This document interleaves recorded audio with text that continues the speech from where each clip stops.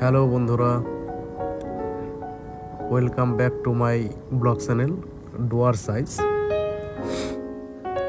আজ আমরা চলেছি ডুয়ার্সেরই আবার ছোট্ট একটি সুন্দর জায়গায়।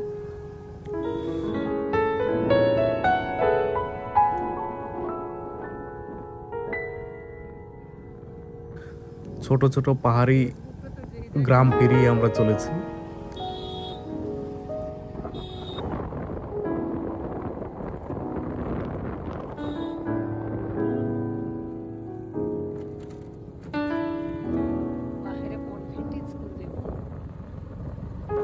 দেখুন সুন্দর পাহাড়ি জঙ্গল, আর তারই মাঝখান দিয়ে চলেছি আমরা।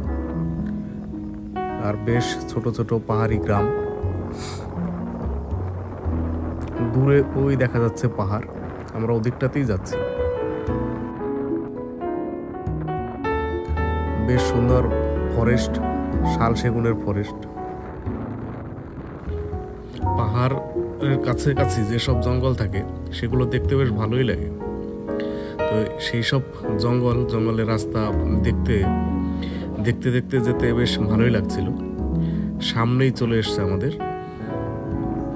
দেখুন, এটা দেখার পর মনে শুধু আমার একটাই কথা এসেছিল, ওয়াও! জায়গাটা দেখুন কতটা সুন্দর, কি সুন্দর নৈসর্গিক দৃশ্য।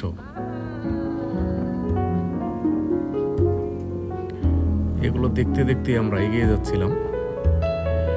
যেখানে আমাদের যাবার কথা ছিল সেখান থেকে আমরা একটু ভুল পথ ধরে এই রাস্তাটাতে ঢুকে গেছিলাম।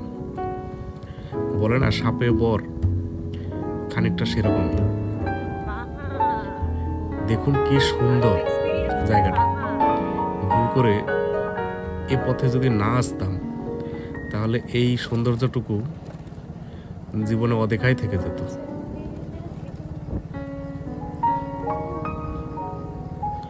দেখুন কি সুন্দর জায়গা, তাই না?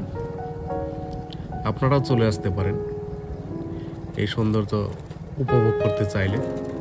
আলিপুর দুয়ার থেকে খুব বেশি দূরে নয়, 40 থেকে 45 কিলোমিটার।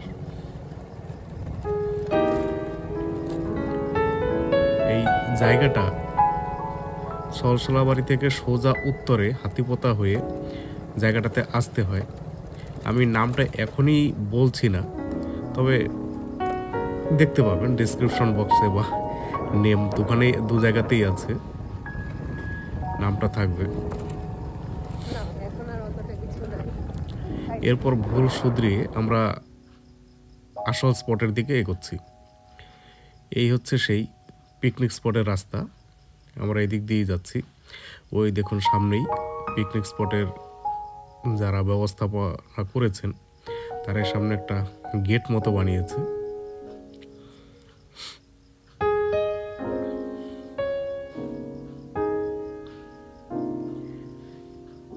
এই হচ্ছে সেই অনেক সময় ধরে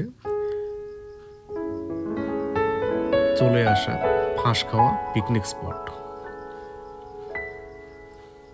খুবই সুন্দর জায়গাটা আসলে জয়ন্তী যে রিভারটা আছে সেই জয়ন্তী রিভারের উল্টো পাশে। আমাকে একটু নামায় দাও, আমাকে আর জায়গায় প্লিজ। এই পাহাড়ের পাশ দিয়েও একটা নদী বয়ে চলে গেছে, আমরা সেই নদীর ধারেই যাব।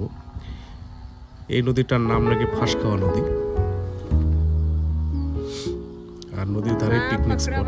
দেখুন কি সুন্দর অসাধারণ দৃশ্য পাহাড়ের।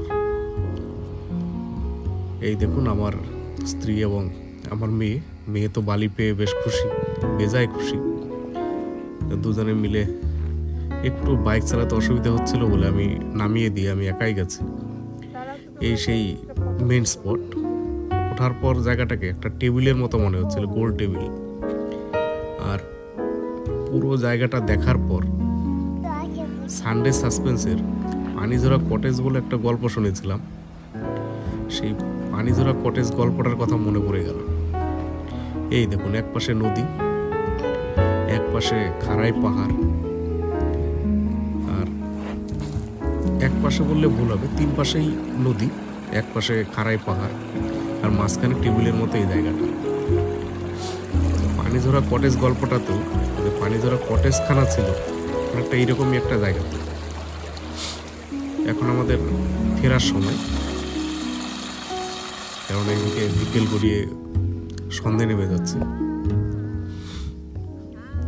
আমরা এখন বাড়ির দিকে ফিরব।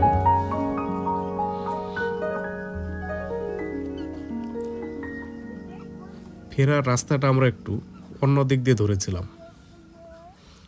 সেই রাস্তাতে দেখুন কি সুন্দর চা বাগান, চা বাগানে জল দেওয়া হচ্ছে।